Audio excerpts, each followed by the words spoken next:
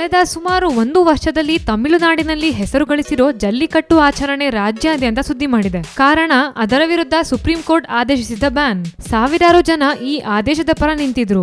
ಈ ಆಚರಣೆಯ ಸಮಯದಲ್ಲಿ ಪ್ರಾಣಿ ಹಿಂಸೆ ನಡೀತಿದೆ ಅನ್ನೋದು ಹಲವರ ವಾದ. ಜಲ್ಲಿಕಟ್ಟು ಆಚರಣೆ ಬ್ಯಾನ್ ನಲ್ಲಿ ಪೇಟಾ ಸಂಸ್ಥೆಯ ಸಪೋರ್ಟ್ ಹೆಚ್ಚು. ಹಲವಾರು ಜನ ರಾಜಕಾರಣಿಗಳು, ನಟ ನಟಿಯರು ಕೂಡ ಈ ಕಾಸ್ ಅನ್ನ ಸಪೋರ್ಟ್ ಮಾಡಿದ್ರು. ಅಂತವರಲ್ಲಿ ಪವರ್ ಚಿತ್ರದಲ್ಲಿ ಅಪ್ಪು ಜೊತೆ ನಟಿಸಿರುವ ನಟಿ ತ್ರಿಷಾ ಕೂಡ ಒಬ್ರು. ಆಕೆ ತಮ್ಮ ಸೋಷಿಯಲ್ ಮೀಡಿಯಾ ಪೇಜ್ ನಲ್ಲಿ ಜಲ್ಲಿಕಟ್ಟು ಎಷ್ಟೇ ಹಿಂದಿನ ಆಚರಣೆ ಆದ್ರೂ ಅದು ಕಂಟಿನ್ಯೂ ಆಗ್ಬಾರ್ದು ಅಂತ ಪೋಸ್ಟ್ ಮಾಡಿದ್ರು. ಇದಾದ್ಮೇಲೆ ಶುರುವಾಯ್ತು ನೋಡಿ ಜಲ್ಲಿಕಟ್ಟು ಸಪೋರ್ಟರ್ ಗಳ ಅಟ್ಯಾಕ್. ಏನೇನೆಲ್ಲ ಟ್ವಿಟರ್ ಗಳು, ಫೇಸ್ಬುಕ್ ಪೋಸ್ಟ್ ಗಳು ಹಾಕಿದ್ದಾಯ್ತು. ಕೊನೆಗೆ 4/5/1983ರಿಂದ 12/1/2017 ಅಂತ ತ್ರಿಷಾಗೆ ಶ್ರದ್ಧಾಂಜಲಿನೂ ಕೊಟ್ಬಿಟ್ರು. ನಿಮ್ಮ ಪ್ರಕಾರ ಜಲ್ಲಿಕಟ್ಟು ಆಚರಣೆ ನಡೆಸೋದು ಸರಿನಾ ತಪ್ಪಾ?